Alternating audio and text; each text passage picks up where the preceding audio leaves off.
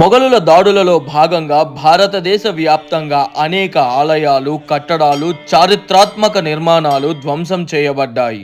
ఆ సమయంలో ఎంతో మంది సాధువులు, అఘోరాలు తమ ప్రాణాలను సైతం పణంగా పెట్టి పాషాండ మతాల సేనతో పోరాడితే మరెన్నో వేల మంది అర్చకులు, భక్తులు మన సంపదను రక్షించేందుకు అనేక మార్గాలలో తమ ప్రయత్నాలను చేసి సఫలమయ్యారు. అలా అప్పటి మహానుభావుల కృషితో సంరక్షింపబడ్డ గొప్ప ఆలయాలలో ఒకటి 1000 ఏళ్ల పైచిలుకు చరిత్ర కలిగిన ఆలయం. శంషాబాద్ మండలంలోని రామాంజాపూర్ లో ఉన్న శ్రీదేవి భూదేవి సమేత శ్రీ వెంకటేశ్వర స్వామి దేవస్థానము. చాలా తక్కువ మందికి తెలిసిన ఆలయం గురించి వినగానే ఎంతో ఆనందంగా బయలుదేరి దారి పొడవునా ఈ ఆలయం గురించి మాట్లాడుకుంటూ ఈ వాతావరణాన్ని ఆస్వాదిస్తూ వచ్చిన మాకు ఇక్కడ అడుగు పెట్టగానే గొప్ప అనుభూతి కలిగింది. స్వామివారిని స్మరించుకుంటూ ఆలయంలో అడుగుపెట్టిన మాకు ఎంతో పురాతనమైనది అయినప్పటికీ ఈ ఆలయ ప్రాంగణం యొక్క నిర్వహణ, కట్టడాలలోని పటిష్టత, పరిశుభ్రత చూసి ఆ ఆనందం రెట్టింపయింది. ఎంతో సువిశాలమైన ప్రదేశంలో పచ్చని చెట్ల మధ్య పక్షుల కిలకిలా రావాలతో అలరారుతూ అత్యంత ప్రశాంతమైన ఈ వాతావరణం ఎంతలా అలరించిందో మాటల్లో చెప్పడం కష్టం. ఈ ఆలయ గోపురానికి, గోడలకు ఇంకా విగ్రహాలకు వేసిన కొత్త రంగులు ఈ ఆలయ నిర్వహణ కోసం తీసుకున్న జాగ్రత్తల గురించి చెప్పకనే చెప్తున్నాయి. అడుగడుగున మనస్సుని పులకరింపచేసే ఈ దృశ్యాలను వీక్షిస్తూ అదే ఉత్సాహంతో స్వామివారి సన్నిధిలోకి వెళ్లి శ్రీదేవి భూదేవి సమేతంగా కొలువై ఉన్న శ్రీ వెంకటేశ్వర స్వామివారి దర్శనం చేసుకున్నాం. గోవిందా గోవిందా. సర్వ వ్యాధి నివారణం.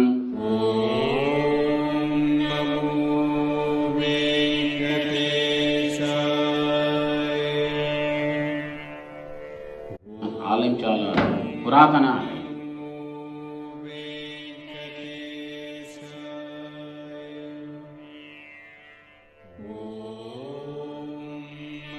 ఇక్కడి వారు ఇచ్చిన వివరాల ప్రకారం ఈ ఆలయాన్ని మొఘల్ సైన్యం దాడి నుండి కాపాడేందుకు అప్పటి ఇక్కడి ప్రజలు ఈ ఆలయ ప్రహరీని ముస్లిం సంబంధిత కట్టడాలను పోలిన విధంగా ఉండేలా మార్చారట. ఈ ఆలయానికి సంబంధించిన వివరాలను అర్చకుల నోటి ద్వారా స్వయంగా విందాం రండి. శ్రీ గురుభ్యో నమః. హరి ఓం. శ్రీ బాలాజీ వెంకటేశ్వర స్వామి దేవస్థానము. ఇది ఊరు రామంజపురము, మండల్ శంషాబాద్, రంగారెడ్డి జిల్లా, తెలంగాణ రాష్ట్రంలో ఉంది. శ్రీదేవి భూదేవి సమేత వెంకటేశ్వర స్వామి శాలిగ్రామ్ స్టోన్స్.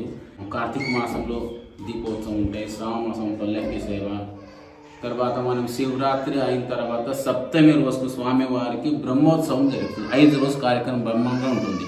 ఇక్కడ ప్రతి ఏటా స్వామివారి బ్రహ్మోత్సవాలు చాలా ఘనంగా నిర్వహిస్తారని, వాటిలో ఈ చుట్టుపక్క గ్రామాల్లోని ప్రజలంతా వేలాదిగా తరలివచ్చి గొప్ప వేడుకగా జరుపుకుంటారని అర్చకుల వారు చెప్పారు.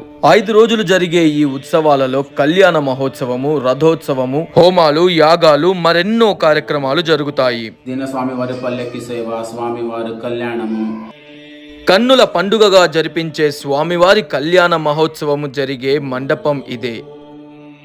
మనము కోనేరు చాలా బాగుంది చూడండి. అక్కడ పుష్కరణ లాగా ఉంది. ఇక్కడ మొక్కు పెడితే అన్ని కోరికలు నెరవేరుతాయి. కోనేరు గురించి చెప్పగానే సరదాగా అక్కడికి వెళ్ళాం.